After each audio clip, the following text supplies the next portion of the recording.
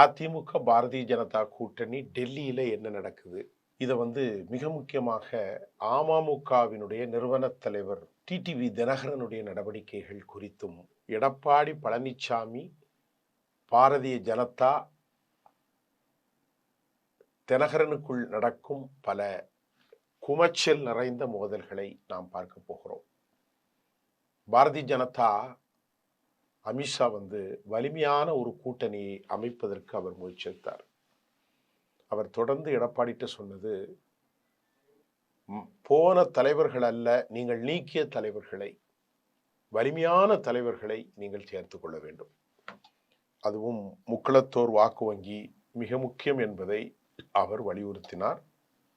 முக்குளத்தோர்களுக்கு மீது பாசத்தில் அல்ல, வாக்குகளை பெறுவதற்காக.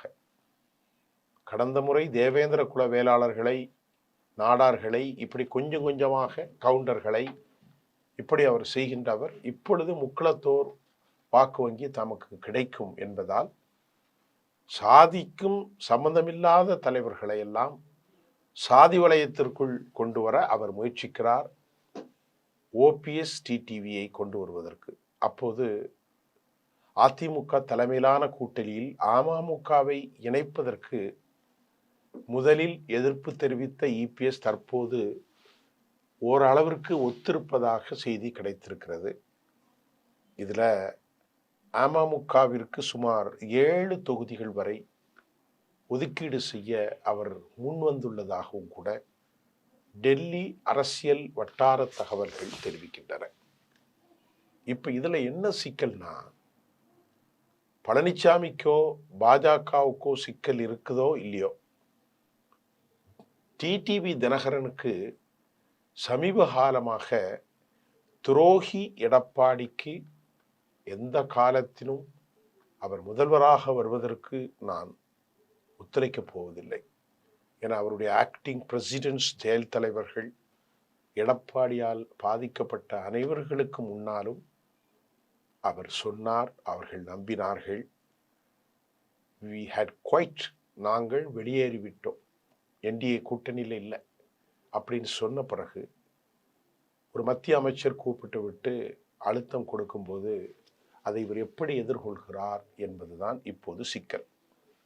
கடும் அழுத்தம் இல்லை, எந்த பிரஷரும் இல்லை என்று டிடிவி நேற்று சொன்னார். ஆனா அவருடைய தொண்டர்களோ அவருடைய கட்சி நிர்வாகிகளோ கடுமையான கோபத்தில் இருப்பதாகவும் சொல்லப்படுகிறது.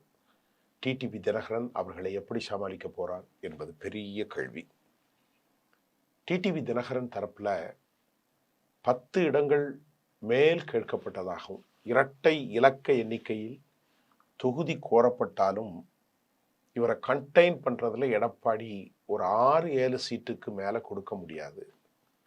தொகுதிகள் என்ற கணக்கீடு தற்போது விவாத பொருளாகி உள்ளது. குறிப்பாக தினகரன் முக்கியமாக கருதக்கூடிய சில தொகுதிகள் வெளியாகி இருக்கிறது. இதுல 2 சிக்கல் இருக்கு. தினகரனை தோற்கடிப்பதற்கு எடப்பாடி திட்டம். தினகரன் வளர்ந்தால் நாளை 5 இடம் பிடித்தாலும் அது தன் முதலமைச்சராக ஆவதற்கு சிக்கல் ஏற்படுத்தும். ஆகவே இப்போது மத்திய அரசின் அழுத்தத்திற்கு உட்பட்ட தினகரனை அவர் சேர்த்து கொண்டாலும் அவர்களுக்கு வேலை செய்ய மாட்டார்கள் என தினகரன் அஞ்சுகிறார் என்ற செய்தியும் கிடைத்திருக்கிறது. தோழர்களே, தினகரன் எந்த தொகுதியெல்லாம் தனக்கு வேண்டும் என்று கருதுகிறார், அதை நம்ம பார்ப்போம்.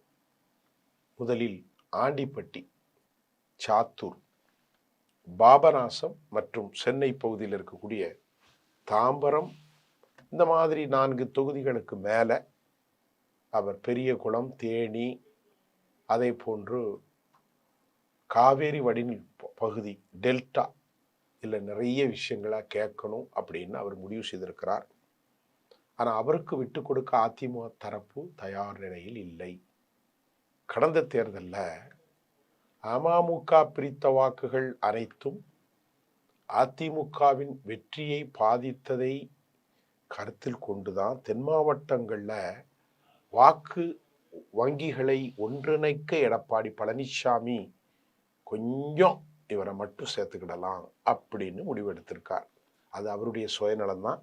அதை ஒரு மிகச்சிறந்த அரசியல் ராஜதந்திரியான டிடிவியும் உணர்ந்திருக்கிறார். எந்த காலத்திற்கும் எடப்பாடி வந்தால் நம்முடைய வாழ்க்கை, நம்முடைய கட்சி மட்டுமல்ல, அனைத்தும் அழிந்துவிடும் என்பதை அவர் உறுதியாக நம்புகிறார். வழக்கம் போல அழுத்தம் கொடுப்பது அமித்ஷாவுடைய ஒரு நடவடிக்கை. இந்த தொகுதி பங்கீட்டு விவகாரத்தில் எடப்பாடி பழனிசாமியை முதலமைச்சர் வேட்பாளராக ஏற்றுக்கொள்வது டிடிவி தினகரன் தரப்புல முழுமையாக இணக்கம் ஏற்படவில்லை. பாரதிய ஜனதா மேலிடம் இந்த இரு தரப்பையும் ஒன்றிணைத்து ஒரு பலமான கூட்டணியை உருவாக்க தீவிரமாக முயன்று வருகிறது. எடப்பாடி பழனிசாமியினுடைய இந்த சமரச முன்மொழிவை டிடிவி தினகரன் ஏற்றுக்கொண்டால் அது அதிமுக கூட்டணிக்கு கொஞ்சம் கூடுதல் பலமாக அமையும்.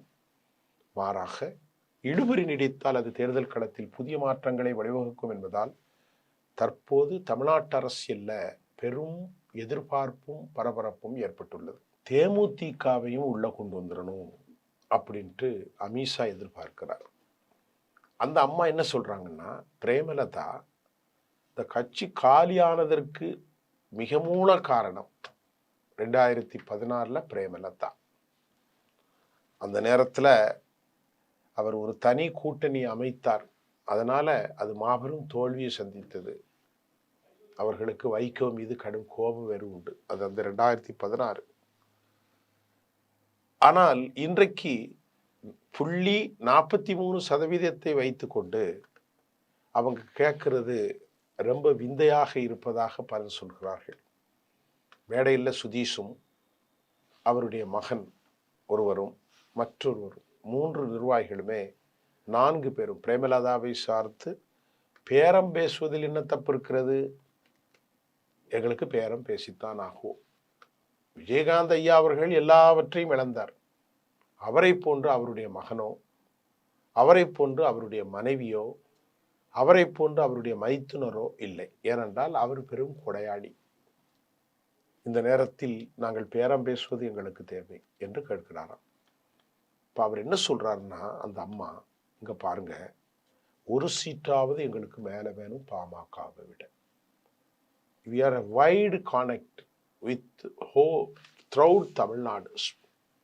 நாங்கள் எல்லாரோடையும் ஒரு ஒரு ஒரு ஒரு வெளிப்படையாக தொலையான ஆழமான கட்சி இது, தமிழ்நாடு முழுவதும் இருக்கு. அதனால பாமகவோட ஒரே ஒரு இடம் கூட வேணும்.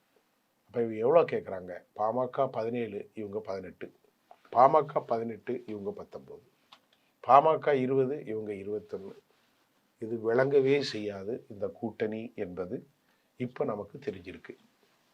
இதற்கிடையில் பெரியவர் ராமதாஸையும் சேர்க்கறதுக்கு அமித்ஷா அழுத்தம் கொடுக்கிறார். அவருக்கு டிஎம்கே 3 தொகுதியில் கொடுக்கறதாக பேச்சு நடந்துச்சு. ஒன்று காந்திமதி, மற்றொன்று அருண்மொழி, 3வது அவர் கோப்பாமணி, இப்படி சொல்லப்பட்டது.